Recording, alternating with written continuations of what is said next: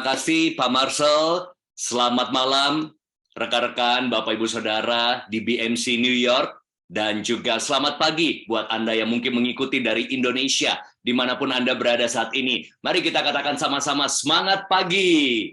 Oke, sekali lagi semangat pagi. Karena kita percaya kata semangat artinya entheos atau antusias. Bahasa Yunaninya entheos. Tuhan di dalam kita. Kalau Tuhan di dalam kita, kita selalu bersemangat. Bersemangat di dalam menjalani hidup, bersemangat dalam melayani Tuhan, bersemangat dalam ibadah, dan bersemangat di dalam menerima firman Tuhan. Berapa banyak dari Bapak Ibu Saudara yang saya kasihi siap belajar sama-sama dari sebuah kebenaran firman Tuhan? Bisa lambaikan tangan? Wow. Oke, hari ini saya akan membawakan tema yaitu proses. Ya, proses. Artinya kita akan belajar bagaimana menjalani sebuah proses di dalam kehidupan. Nah, bicara tentang proses, banyak orang seringkali lebih terfokus pada result atau outcome atau hasil, ya. Kebanyakan kita atau pada umumnya orang senang dengan namanya hasil. Ya, hasil itu macam-macam bentuknya.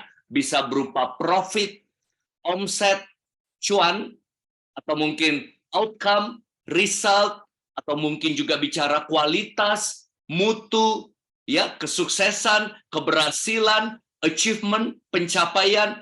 Namun kita perlu ketahui bahwa hasil seperti apa yang Anda dan saya dapatkan itu sangat ditentukan dari prosesnya. Dan tentu Bapak Ibu Saudara setuju ya, kalau saya katakan untuk menghasilkan suatu produk atau jasa yang bagus, kualitasnya butuh proses. Meraih pencapaian sukses dan keberhasilan dalam hidup butuh apa Bapak Ibu? Katakan sama-sama walaupun saya tidak dengar suara Anda, proses. Mempunyai bentuk badan yang ideal, ya. Kalau pria mungkin six pack, kalau wanita bisa lebih langsing, butuh apa? Proses. Mengembangkan kualitas karakter yang baik dan dewasa, butuh proses. Membangun keluarga yang harmonis, anak-anak yang baik, parenting yang luar biasa, butuh proses. Mengalami pertumbuhan rohani pun butuh proses. Memiliki pelayanan yang berdampak luas, menjadi berkat bagi banyak orang, butuh proses.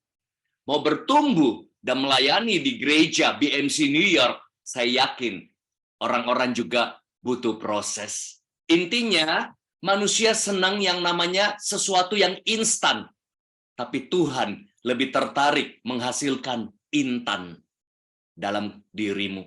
Saya ulang, manusia senang yang instan, Tuhan senang menghasilkan intan. Sebuah kualitas permata yang indah dalam diri saya dan saudara. Amin. Nah, hari ini kita juga paham bahwa sesuatu yang instan biasanya lebih murah. Ya, mie instan, ya, makanan-makanan cepat saji, fast food, ya, akan jauh lebih murah dibandingkan kita makan di fine dining, ya, misalnya wagyu, dry age, atau mungkin makanan Chinese food yang sudah digodok berhari-hari, ya, itu jauh lebih mahal. Ya, wine yang sudah disimpan melalui proses bertahun-tahun dengan cuma minuman soda yang cepat, itu jauh beda harganya. Artinya, sesuatu yang instan itu jauh lebih mudah didapatkan. Tapi nilainya mungkin murah, kualitasnya mungkin rendah. Tapi kalau Anda mau sesuatu yang berkualitas, yang bermutu tinggi, bernilai luar biasa, kita mau lalui namanya proses. Dan bahkan sebelum saya bagikan 7 poin tentang proses, kita perlu tahu bahwa Tuhan kita adalah Tuhan yang berkarya, bekerja di dalam bentuk sebuah proses. Coba kita lihat, penciptaan alam semesta ini melalui suatu proses. Makhluk hidup berjalan di dunia ini, tumbuh, berkembang dalam bentuk sebuah proses. Ya, kita lihat siklus kehidupan manusia dari dia lahir, bisa berjalan sampai dia besar dan menua, itu sebuah proses. Kita juga lihat metamorfosis. Ya, Bapak Ibu tentu tidak asing dengan kata metamorfosis atau dalam bahasa Indonesia, metamorfosis bahasa Yunani, metamorfosa bahasa Indonesia artinya sebuah perubahan, ya, bagaimana bentuk yang berubah dari mungkin sebuah lava, ulat, kepompong, ya, sampai menjadi sebuah kupu-kupu yang indah. Itu proses. Bahkan penebusan salib Kristus pun suatu proses. Nah, hari ini makanya kita perlu belajar, mengerti, trust and enjoy the process di dalam kehidupan. Karena proses menentukan hasil dalam kehidupan kita. Berapa banyak dari saudara siap belajar lebih dalam lagi? Katakan amin, saudara. Nah, inilah yang saya mau tunjukkan kepada Anda semuanya. Ketika kita belajar tentang proses, kita akan semakin bisa mempercayai dan menikmati proses dalam kehidupan. Karena proses menentukan hasil. Ada 7 aspek yang kita perlu ketahui mengenai proses. Yang pertama, setiap proses itu punya purpose, yaitu tujuan. Ada tujuan Tuhan dalam setiap proses kehidupan kita. Tuhan kita, Tuhan yang mau membentuk, menyempurnakan, memurnikan, dan memaksimalkan hidup saya dan saudara. Oleh karena itu, selalu izinkan Roh Kudus, izinkan Tuhan memproses kehidupan kita. Lihat, Roma 8 ayat 29a. Sebab semua orang yang dipilihnya dari semula, mereka juga ditentukannya dari semula untuk menjadi serupa dengan gambaran anaknya. Nah, proses Tuhan dalam hidup saya dan saudara adalah punya tujuan, yaitu purpose. Purpose-nya adalah semakin serupa dengan gambaran anaknya. Kita menjadi serupa dengan Kristus. Tuhan mau menjadikan kehidupan kita indah. Amin. Supaya kualitas Kristus nyata dalam setiap perkataan, sikap, perbuatan, perilaku, nyata rupa Kristus. Dan saudara perlu paham bahwa status dan posisi ataupun jabatan seseorang di gereja tidak dapat menggantikan proses pembentukan Tuhan. Pelayanan, senioritas di gereja. Karena saudara sudah banyak pelayanan, sudah senior bertahun-tahun di gereja, tidak membuat saudara otomatis jadi lebih rohani. Karakternya. Tetapi proseslah yang mendewasakan kita. Orang tidak tiba-tiba jadi dewasa rohani karena tiba-tiba dikasih tanggung jawab pelayanan yang banyak. Justru lebih bahaya seseorang yang memiliki posisi tapi belum melalui proses pembentukan Tuhan. Bahaya. Di gereja bisa menjadi troublemaker, ya. Kalau di masyarakat, saya nggak tahu di Amerika, Indonesia dihebohkan dengan kisah seseorang yang punya jabatan tinggi, terpandang di masyarakat, tapi melakukan sebuah pembunuhan. Dan ini sampai tiap hari kasusnya masih tidak tahu kebenaran faktanya yang mana. Ya, yang ini bilang begini, saksi bilang begini, yang tersangka bilang begini. Wow, heboh Indonesia. Kenapa? Karena ini adalah polisinya polisi. Ya, kalau polisi biasa ya, ini polisinya polisi. Ya, jadi heboh Indonesia. Tapi di sini kita belajar bahwa ketika seseorang punya jabatan, ketika seseorang punya kekuasaan, dan tidak memiliki proses pembentukannya Tuhan, maka penyalahgunaan otoritas bisa terjadi di kantor, di bisnis, di gereja, di keluarga, di masyarakat. Nah, makanya Roma 9 ayat 20, mari kita lihat sama-sama. Saya akan bacakan, siapakah kamu, hai manusia? Maka kamu membantah Allah. Dapatkah yang dibentuk berkata kepada yang membentuknya, mengapa engkau membentuk aku demikian? Jadi saudara perlu paham bahwa Tuhan mau proses murnikan hidupmu dan saya. Dan mengeluarkan yang terbaik, bring out the best. Supaya kita bisa to be the best version dalam diri kita. Dia ingin glory, kemuliaannya nyata dalam hidup saya dan saudara. Makanya kita diproses. 2 Korintus 3 ayat 18. Dan kita semua, termasuk yang hadir di BMC New York, siapapun Anda yang ikuti acara ini secara live streaming pun, kita semua mencerminkan kemuliaan Tuhan dengan muka yang tidak berselubung. Dan karena kemuliaan itu datangnya dari Tuhan yang adalah roh, maka kita diubah menjadi serupa dengan gambarnya dalam kemuliaan yang semakin besar. Jadi saudara, poin pertama, ingat selalu ketika melalui proses, ada tujuan Tuhan, ada purpose Tuhan di balik setiap proses untuk menjadikan saudara dan saya menjadi pribadi yang indah, pribadi yang murni, pribadi yang berkualitas, pribadi yang menikmati setiap hal-hal besar bersama dengan Tuhan kita bisa kerjakan dan raih. Amin saudara. Yang kedua, proses dalam hidup seringkali berhubungan dengan people, orang-orang yang ada di dalam kehidupan kita, orang-orang yang Tuhan izinkan ada di sekeliling kita. Bahkan proses selalu membutuhkan orang lain. Untuk proses, kita perlu melibatkan orang lain. Jadi jangan salah paham ketika kenapa ada orang-orang yang kadang-kadang Tuhan izinkan datang dalam musim kehidupan kita yang mungkin tidak sepaham dengan kita, ngeselin, ya. Mungkin itu bisa berupa bos kita di kantor, bisa berupa suamimu, bisa berupa istrimu, bisa berupa anakmu, bisa berupa rekan sepelayananmu. Tidak kebetulan.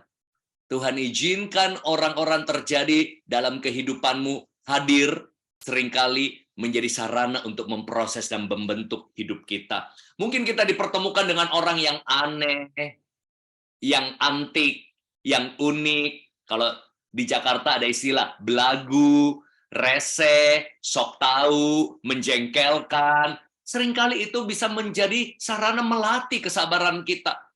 Saya cerita, ada tahun-tahun kehidupan saya, ya, ketika pertama kali pindah ke Jakarta, wow, hidup saya banyak diproses, ya, dari sisi keluarga saya yang di mana saya numpang rumahnya, family ya, dari family pihak ibu saya numpang di situ kurang lebih 4-5 tahun, banyak proses-proses pembentukan karakter saya di situ, tinggal dengan sepupu, tinggal dengan tante, numpang di rumah mereka. Saya banyak mengalami proses kesabaran, ya, proses menghadapi tekanan. Ketika saya mengawali karir sebagai seorang pegawai di sebuah perusahaan, itu juga banyak proses-proses yang saya hadapi dari atasan, rekan sekerja. Ketika saya melayani Tuhan, saya menjadi seorang pemimpin. Di tempat kami sebutannya family cell, itu adalah cell group. Banyak anak-anak sel kami yang baik, tapi ada juga yang menjadi duri dalam daging saya 9 tahun, Bapak Ibu. Aduh, ini anak susah banget dibina. Ya, rasanya pengen dibinasakan, tapi saya butuh kasih karunia Tuhan. Ya, orang yang saya pimpin ini umurnya beberapa tahun lebih tua dari saya. Ya, ngeselin, ribut sama bapaknya, ribut sama teman gereja, ribut sama bosnya, ributin saya juga. Ya, istri saya sampai kadang-kadang, udahlah nggak usah dipikirin, teman-teman udah pengaruhi saya, udah nggak usah dipikirin orang seperti ini gini. Tapi Tuhan kasih saya kesabaran untuk tetap mementor, membina dia. Ya, dia kurang lebih bertahun-tahun itu jomblo. Ya, usia sudah 40-an lebih waktu itu ya. Wah, terus curhat gak dapat pasangan hidup. Ya, tapi saya tahu ini karena karakternya. Ya, karena dia sensitif, posesif, ya, karakternya buruk dan seringkali dikasih masukan malah membantah. Wow, ini duri dalam daging. Wah, kalau udah telepon bisa 2 jam itu saya habis telepon, ya, dia kelepasan, saya kayak kerasukan. Ya, kenapa? Curhatannya, kepahitannya, kekecewaannya. Tapi saya belajar sabar. Kalau Tuhan izinkan ini ada dalam kepemimpinan saya, ada maksud Tuhan. Tapi tahukah saudara, beberapa tahun terakhir ini, kesaksian demi kesaksian, mujizat demi mujizat terjadi. Dia temukan pasangan hidup, ya, ini seorang pria ya, dan dia sudah izinkan diceritakan. Wow, begitu dia menikah di gereja kami, heboh gereja kami. Kenapa? Usianya beda 12 tahun dengan pasangannya. Artinya apa? Positif ya. Artinya gini, dia bisa dapat pasangan anak muda, ya, wanita yang cantik, yang bisa menerima dia apa adanya, mengasihi dia. Bahkan teman-teman gereja nakal gangguin dia, ya. Wah, kasih tahu teman-teman yang lain belum menikah, mujizat masih nyata. Karena di gereja itu terkenal dia kelakuannya buruk, menjengkelkan. Wah, pokoknya orangnya nggak bisa bawa diri, ya, annoying gitu ya. Tapi dia bisa dapat pasangan hidup. Dan beda 12 tahun, ada lagi yang nakal bilang begini, dapat satu putaran sio. 12 tahun. Artinya apa? Ada wanita cantik yang mau mengasihi dia, menerima dia apa adanya. Dan wow, saya lihat banyak perubahan dalam hidupnya.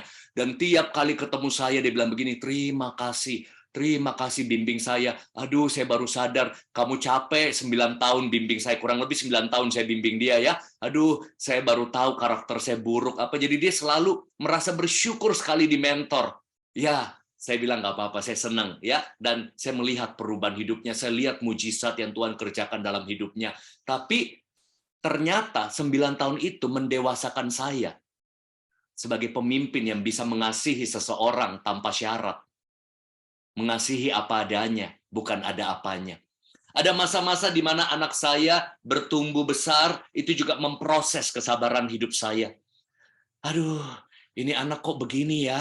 Wah, tiap tahun dapat panggilan orang tua murid. Bayangin, bapaknya pengajar, bapaknya motivator, anaknya nanti dorong temennya, nanti buat keributan di kelas, nanti berisik, dan lain sebagainya. Aduh, itu beban besar buat saya. Saya tahu wajah-wajah gurunya. Beberapa guru, anak saya bilang gini, wah, ada beberapa guru itu sebenarnya sudah pernah dapat tanda tangan Dedi, katanya di acara lain, ada bukunya dia beli.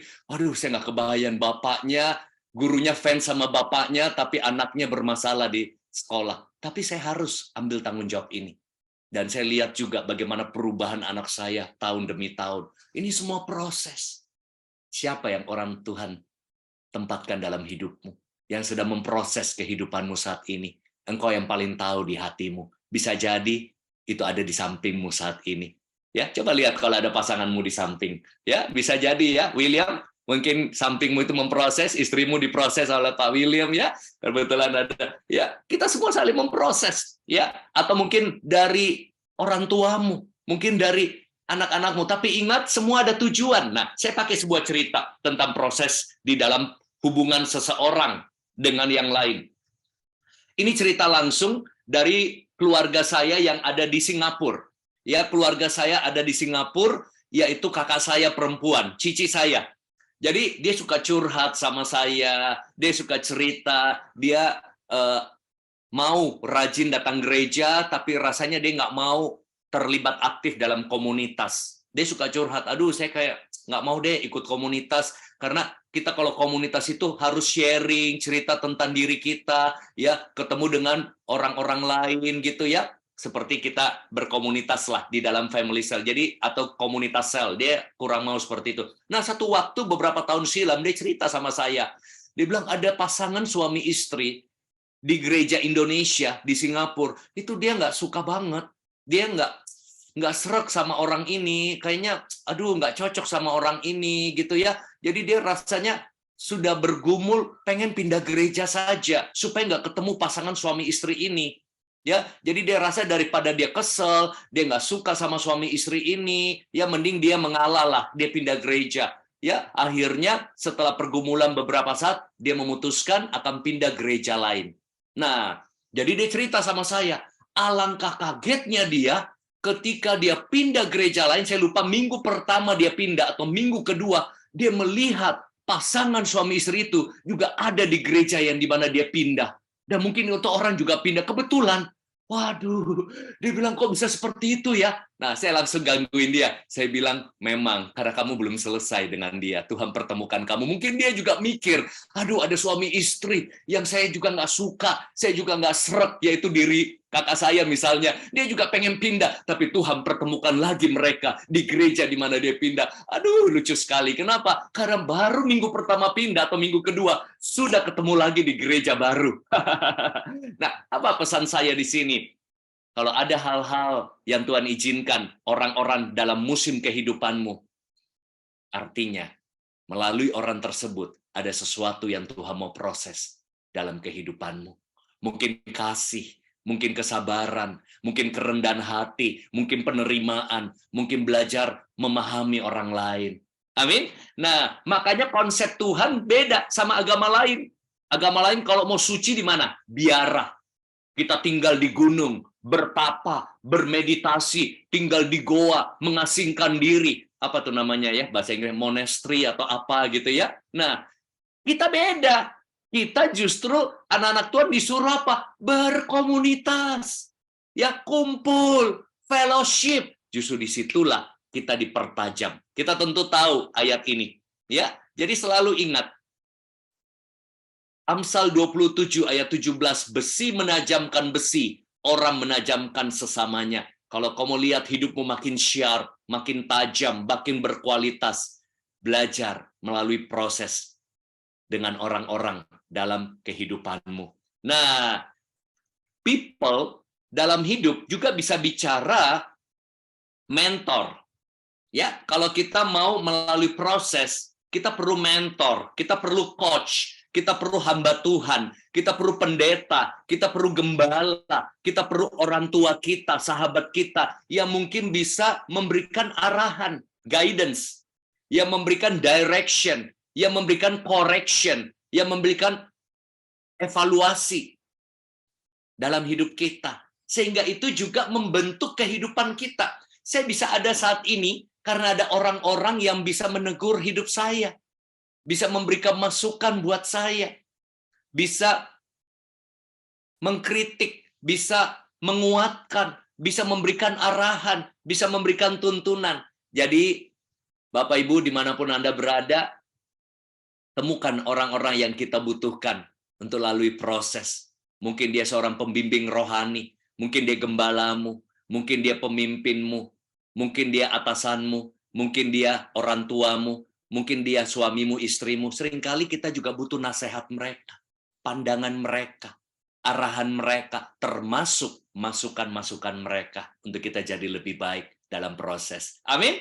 Yang ketiga, ya tadi sudah purpose, ada people, ada problem. Ya, nah proses dalam hidup seringkali bisa berbentuk masalah, penderitaan, dan kesulitan. Jadi setiap masalah, penderitaan, kesulitan bisa jadi sarana proses dalam hidup kita. Dan biasanya ini nggak enak. Karena berupa apa? Bisa berupa sakit penyakit. Bisa berupa krisis ekonomi. Bisa berupa pandemi. Bisa berupa bencana alam. Bisa berupa tekanan di pekerjaan. Bisa berupa financial problem. Bisa berupa doa yang belum dijawab. Bisa berupa pergumulan demi pergumulan yang kita hadapi di dalam rumah tangga, dalam keluarga, di dalam bisnis, pekerjaan, ditipu, mungkin kegagalan, mungkin situasi-situasi yang memberatkan hidup kita. Namun yang menarik, saya pribadi lalui banyak proses dalam hidup ini. Bagaimana saya bisa tahu Tuhan penyembuh kalau saya nggak pernah sakit? Saya mengalami kesembuhan dari Tuhan, di situ iman saya bertumbuh ketika saya berbulan-bulan sakit. Saya mengalami Tuhan itu adalah sumber berkat ketika saya pernah mengalami masalah ekonomi beberapa tahun silam. Saya mengalami Tuhan adalah pembebasku ketika saya pernah terikat narkoba di masa remaja. Saya mengalami Tuhan memberi saya kemenangan ketika saya mengalami keterpurukan dan kegagalan. Saya mengalami Tuhan menjadi sumber, Prince of Peace, ya, source of my happiness, of joy, source of joy, ya, sukacitaku, damai sejahteraku dari Tuhan ketika saya sedih, ketika saya galau, ketika saya bersusah hati. Saudara, seringkali kita jauh lebih mengenal Tuhan ketika melalui masa-masa sulit. Amin, saudara. Dan bukan berarti Tuhan yang mendatangkan celaka, bukan. Karena Alkitab katakan Allah turut bekerja dalam segala sesuatu untuk mendatangkan kebaikan. Bukan Tuhan yang kirim musibah, bencana, hancurin kita, tidak. Justru dia mati di kayu salib untuk memberi kemenangan, keselamatan, kesembuhan, kebebasan. Tapi ada yang bertanya, tapi kenapa dunia ini penuh dengan kerusuhan, bencana, pandemi? Karena kita sudah hidup dalam dunia yang jatuh dalam dosa. Tatanan dunia ini kita tahu sudah rusak oleh dosa. Ya, jadi nggak heran ada perang, nggak heran ada kelaparan, nggak heran banyak kriminal, kejahatan. Tapi Tuhan Allah turut bekerja dalam segala sesuatu dapat memproses untuk mendatangkan kebaikan dalam hidupmu. 1 Petrus 1 ayat 6 sampai 7 kita lihat, bergembiralah akan hal itu. Sekalipun sekarang ini seketika kamu harus berduka cita. Ya, jadi kalau Bapak Ibu Saudara sedang berduka cita saat ini oleh berbagai-bagai pencobaan, Alkitab katakan apa? Maksud semuanya itu ialah untuk membuktikan kemurnian imanmu yang jauh lebih tinggi nilainya daripada emas yang fana, yang diuji kemurniannya dengan api sehingga kamu memperoleh puji-pujian dan kemuliaan dan kehormatan pada hari Yesus Kristus menyatakan dirinya. Nah, jadi lihat ya, melalui pencobaan, melalui duka cita, melalui tantangan masalah, ternyata kemurnian iman kita ya akan terbentuk lebih dari emas yang fana, supaya kita mendapatkan kemuliaan dan kehormatan. Nah, saudara, makanya ada istilah no pressure, no diamond. Saudara, kalau lihat permata yang indah, ya, permata yang indah, saya pernah pelajari, itu diambil dari bongkahan-bongkahan batu-batuan yang ada di kedalaman pertambangan ya. Itu bentuknya tidak indah. Kayak bongkahan kasar, hitam, harus dipoles, diasah, dipanasin, dikikir, dihancurkan, dilebur, diolah lagi, dipanasin lagi, sampai dia jadi permata yang indah. Saudara, ketahuilah segala sesuatu tidak terjadi kebetulan ya dalam hidup kita. Ada istilah laut yang tenang tidak pernah menghasilkan pelaut-pelaut yang hebat. Artinya apa? Pelaut yang hebat justru ada di ombak badai yang besar. Kalau dia cuma ada di laut yang tenang, ya bisa. Dia juga seorang nelayan, dia seorang pelaut, tapi bukan yang hebat. Yang hebat itu yang bisa mengendalikan dan mengarungi badai. Sama, kalau kita punya anak juga, saya belajar biasakan anak saya, walaupun kami punya fasilitas ya, di Indonesia kami punya sopir, ya, tapi saya katakan sama anak saya, angkat sendiri barangmu. Ya, ranselnya, waktu dia kecil ya, sekarang udah remaja. Jadi saya biasakan anak saya, karena sekolahnya juga tidak terlalu jauh dari rumah, masih satu area kompleks. Jadi kadang-kadang dia juga saya izinkan jalan kaki. Ya, jalan kaki pulang, kalau memang nggak ada yang jemput gitu ya. Jadi saya latih anak saya serba bisa. Ya, anak saya bisa makan di pinggiran, emperan, warteg, ya, dan tidak minder. Saya latih kamu jangan minder untuk naik ojek, makan di pinggiran, tapi jangan sombong ketika kita makan di hotel bintang 5 atau mungkin di fine dining yang mahal. Saya mau latih dia, bukan cuma bisa makan yang enak, mewah, tapi juga bisa makan yang sederhana. Bisa naik mobil, dijemput, bisa juga jalan kaki, dan belakangan dia sudah sering fitness ya. Kadang-kadang saya tidak ada yang bisa antar jemput, dia sudah biasa pesan Gojek sendiri, naik motor Gojek ya. Jadi saya mau latih karena coba bayangin ya, karena saya lihat di Jakarta ini ada orang-orang tua yang sayang sekali anaknya. Jadi begitu anaknya mau turun mobil, mobil sudah dibukain oleh sopir. Wah, ada babysitter satu pegang termosnya, ada mbak satu pegang ranselnya. Dia jalan seperti anak raja, ya semuanya. Nggak boleh ada barang-barang berat dibawa. Saya nggak mau. Karena saya tahu, ya kita butuh pergumulan, tekanan, tantangan untuk mendewasakan kita. Harus bisa tangguh. Ya, no pressure, no diamond. Pandemi ini semoga juga menghasilkan kita menjadi pribadi-pribadi yang kuat. Ya, online semangat, onsite semangat. Ya, kadang-kadang kalau onsite semangat, online nggak semangat. Ya, ini yang terjadi juga di gereja kami. Saya nggak tahu kalau di BNC New York ya. Di BNC, boleh curhat sedikit ya? Waktu pandemi, banyak jemaat bilang begini, aduh, kapan nih ibadah onsite? Kapan nih bisa pertemuan? Udah jenuh nih lewat Zoom, udah jenuh nih ibadah Zoom, udah deh, tunggu deh kapan onsite. Begitu kita sudah onsite, nggak datang-datang. Ternyata pergi main sepeda tiap pagi, hari Minggu. Ada yang pergi ke puncak, ke Bandung, apa? Udah gampang deh online. Aduh macet. Jadi saya bilang, ini yang minta cepat-cepat onsite. Sekarang onsite, macet, online aja deh. Udah, nggak usah. Onsite kan sama, ibadah yang penting hatinya. Nah loh, ya kalau saya beda. Onsite, semangat. Ayo, katakan sama-sama. Onsite, semangat. Online, semangat. Ya, jadi apapun itu tetap semangat di dalam Tuhan. Oke? Berikutnya, kita lihat. Promise, ya.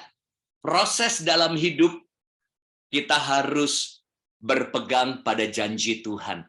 Karena ada janji Tuhan dalam setiap proses kehidupanmu. Sesulit apapun proses hidupmu, sesulit apapun yang engkau lalui saat ini, selalu pegang janji Tuhan. Dia Allah yang tidak pernah tinggalkan kita. Dia Allah yang paling mengerti dan peduli dalam hidup kita. Sekalipun kita belum memahami apa yang terjadi, sekalipun kita tidak tahu kenapa ini menimpa kita, sekalipun kita bingung, seakan-akan Tuhan jauh dari kita, tapi justru dalam kelemahanmu lah kasih karunia-Nya semakin nyata. Alkitab katakan ketika aku lemah, disitulah aku kuat.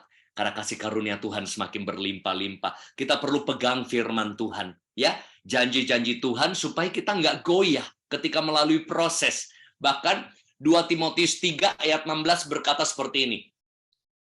Segala tulisan yang diilhamkan Allah memang bermanfaat untuk mengajar, untuk menyatakan kesalahan, untuk memperbaiki kelakuan, dan untuk mendidik orang dalam kebenaran. Jadi saudara, ketika kita baca firman, firman itu bisa jadi proses pembentukan kita. Nah, bahkan menurut saya ya, dibanding semua sarana proses, paling indah diproses sama firman. Tidak perlu celaka dulu, tidak perlu sakit dulu baru bertobat, tidak perlu kena masalah rumah tangga dulu baru mau sayang istri. Artinya apa? Baca firman, izinkan firman membentuk pola pikirmu, izinkan firman mengajar dirimu, izinkan firman mendidik kita. Maksudnya apa? Contoh ya, ada orang, dia baru bertobat ketika bisnisnya bangkrut. Ya, dulu suka judi, ya foya-foya, dan hidup semaunya, tidak punya manajemen keuangan yang baik, ya. Akhirnya apa? Bangkrut. Karena bangkrut dan sudah susah dia cari Tuhan. Dia cari Tuhan. Akhirnya setelah bertahun-tahun ekonominya pulih. Boleh ya? Berarti melalui problem dia datang pada Tuhan. Tapi lebih baik nggak kalau begini? Ya, dia dengar firman, oh, aku harus memberi, aku harus kelola dengan baik, aku harus bisa produktif. Oh, nggak boleh foya-foya, ya, hindari judi, hindari hutang, dan lain sebagainya. Karena dia baca firman, ya, dia belajar dari khotbah-khotbah pengajaran tentang keuangan. Akhirnya keuangannya selalu stabil. Bukan cuma stabil, berkembang dan berbuah. Dua-duanya diproses. Satu lewat problem, satu lewat promise atau firman Tuhan. Pilih mana kalau Anda? Yang pertama atau yang kedua? Ya. Nah, kedua itu kalau bisa kita katakan hard way, ya, jalan yang keras. Susah dulu baru diproses, atau berubah karena revelation. Ya, berubah karena revelation. Makanya ada istilah orang bisa berubah karena revolution atau berubah karena revelation. Revolution itu dipaksa keadaan. Tapi revelation, oh, sudah sadar dulu sebelum terjadi sesuatu. Nah, saya mau seperti itu. Jadi kita dengar firman, kita dengar pengajaran, ya, kita dibentuk dari firman-firman yang kita pelajari. Jangan tunggu masalah dulu datang. Nah, ini terjadi dalam hidup saya. Ada area-area dalam hidup saya yang saya berputar-putar, mandek, stuck, sampai saya mengalami revelation. Disitulah terjadi breakthrough. Ya, setiap kali kita ingin naik level, kita butuh new revelation.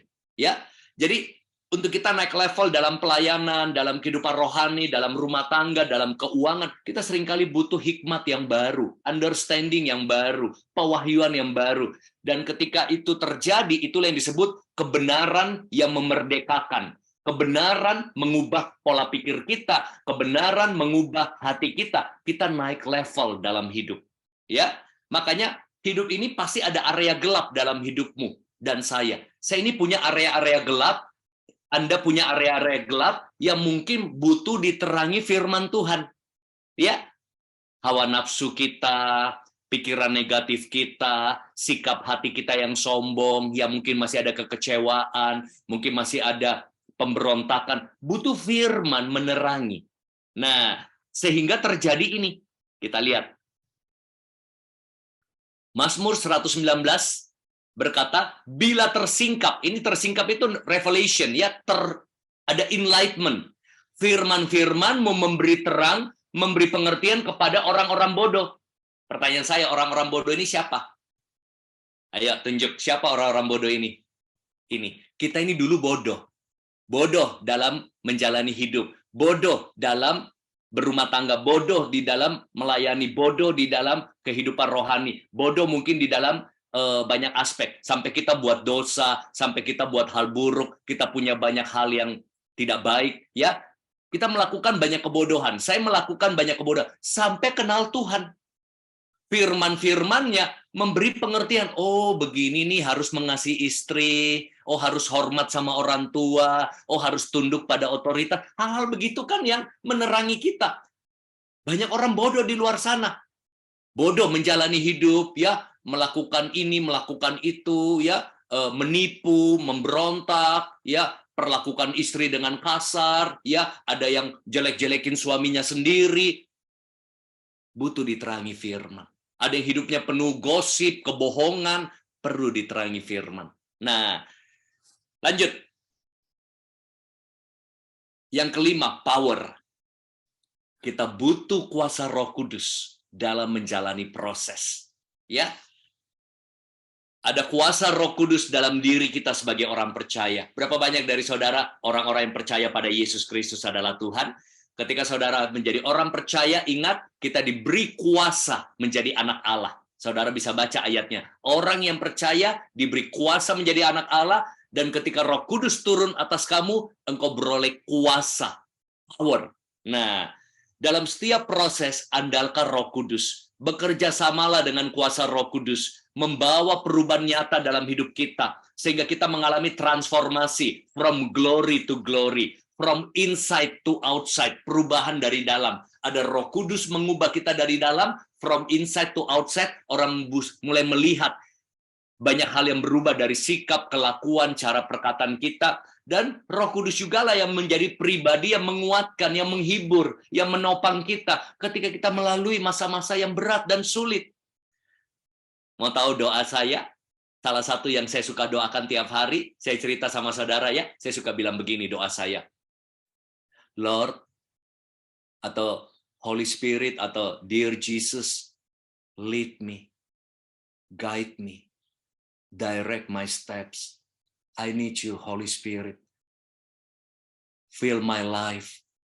Saya suka bilang gini, Tuhan penuhi aku. Roh Kudus kuasai hatiku, pikiranku, hidupku. Pimpin aku, tuntun aku dalam mengambil keputusan, dalam meeting hari ini, dalam berkhotbah, dalam mengajar.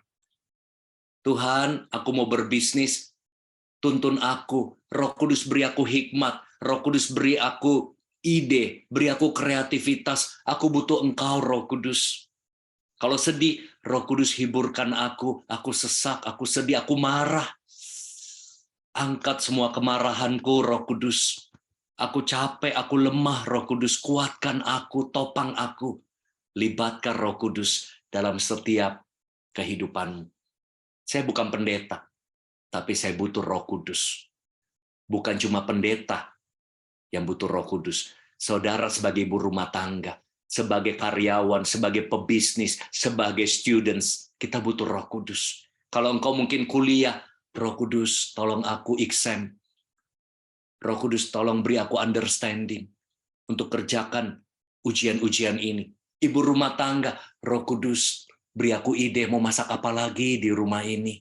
Ya, itu bisa dapat ide. Ya, saya kalau mau meeting, Roh Kudus tolong aku supaya aku dapat favor, supaya bisa deal project meeting ini. Jadi biasakan doa itu bukan cuma doa pagi, bukan cuma doa malam, bukan cuma worship from home, tapi lagi di mobil, saya, Roh Kudus tolong nih supaya dapat parkiran nih.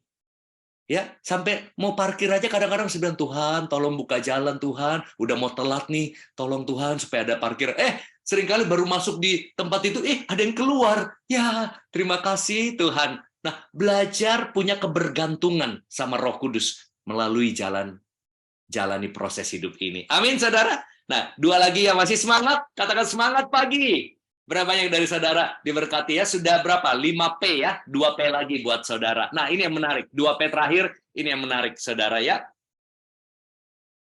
Proses akan menghasilkan progres. Wow, siapa yang mau hidupnya ada progres? Ya, ada kemajuan di bisnis, ada kemajuan dalam rumah tangga, ada kemajuan di dalam karir, ada kemajuan dalam pelayanan, ada kemajuan di dalam keuangan. Karena proses yang benar akan membawa kemajuan, peningkatan, ya, progres.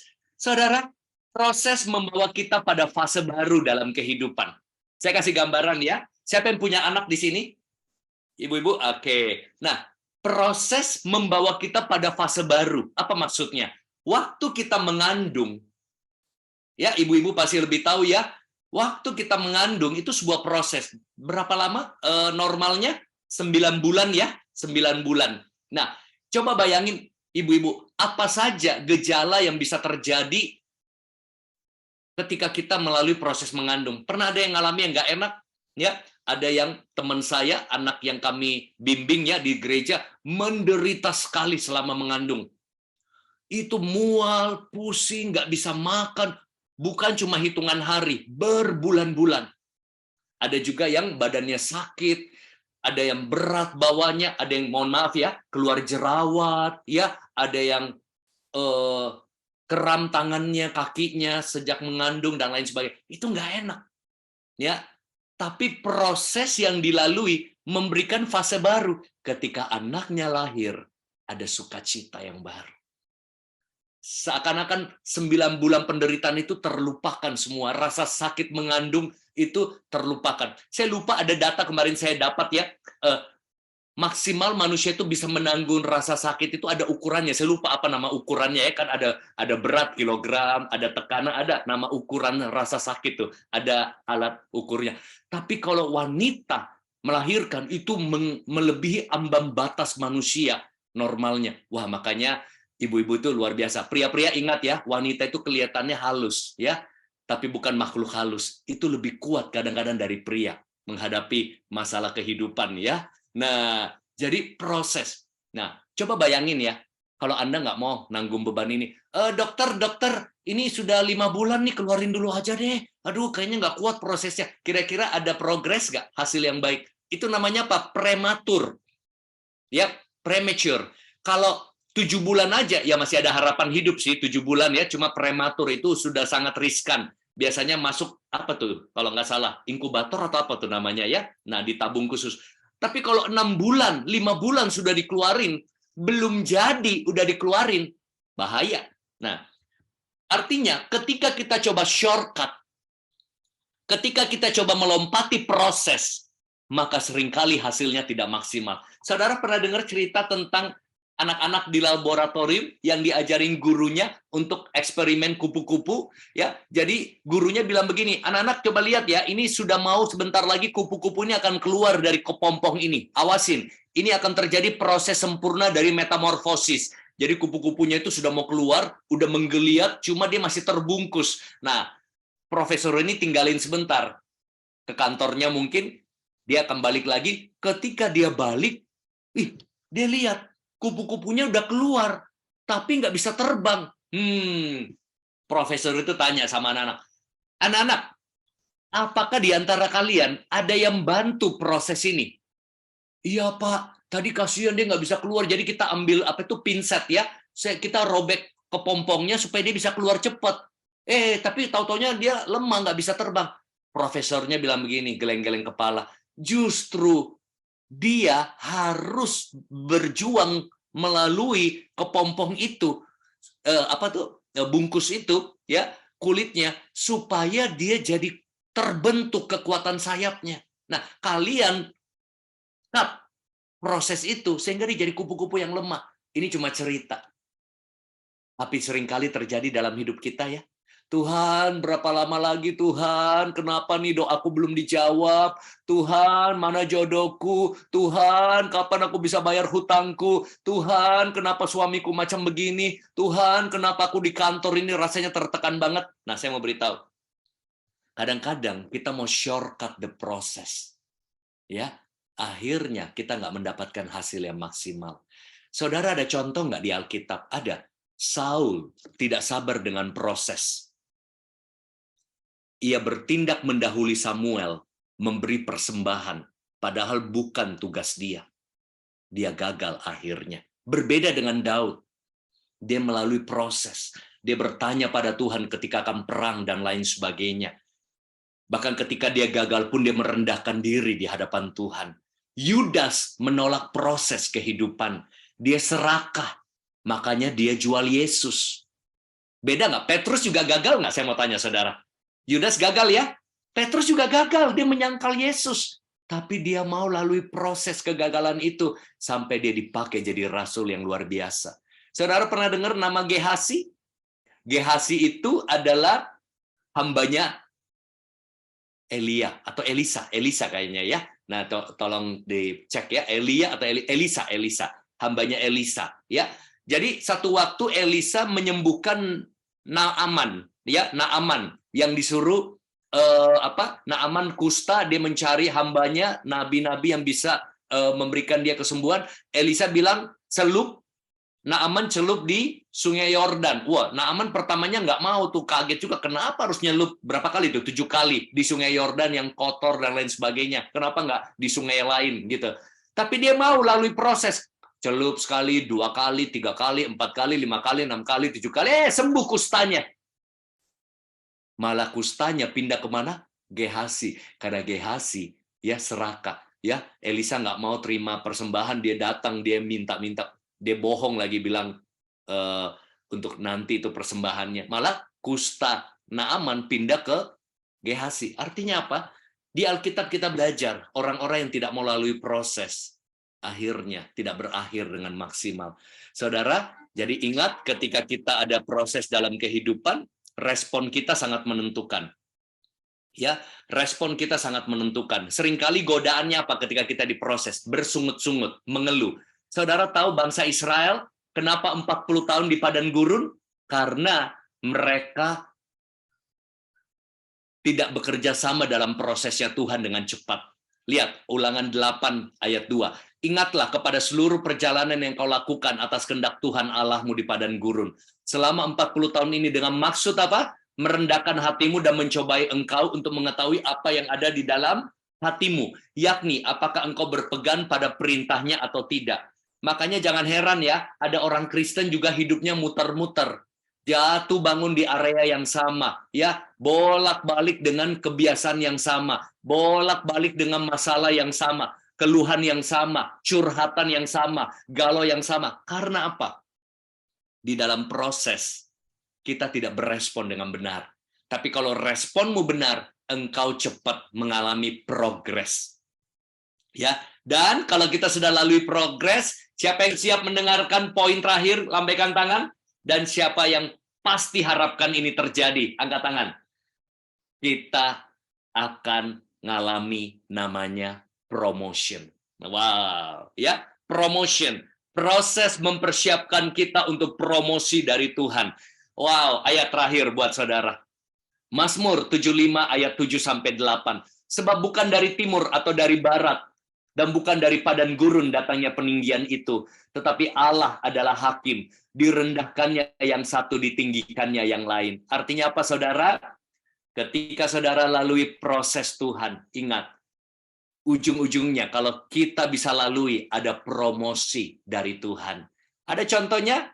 Ya, Daniel lalui proses, Yusuf lalui proses, ya, Paulus lalui proses, banyak sekali yang diangkat Tuhan. Esther lalui proses, sehingga diangkat hidupnya, promosi dari Tuhan. Promosi bentuknya apa?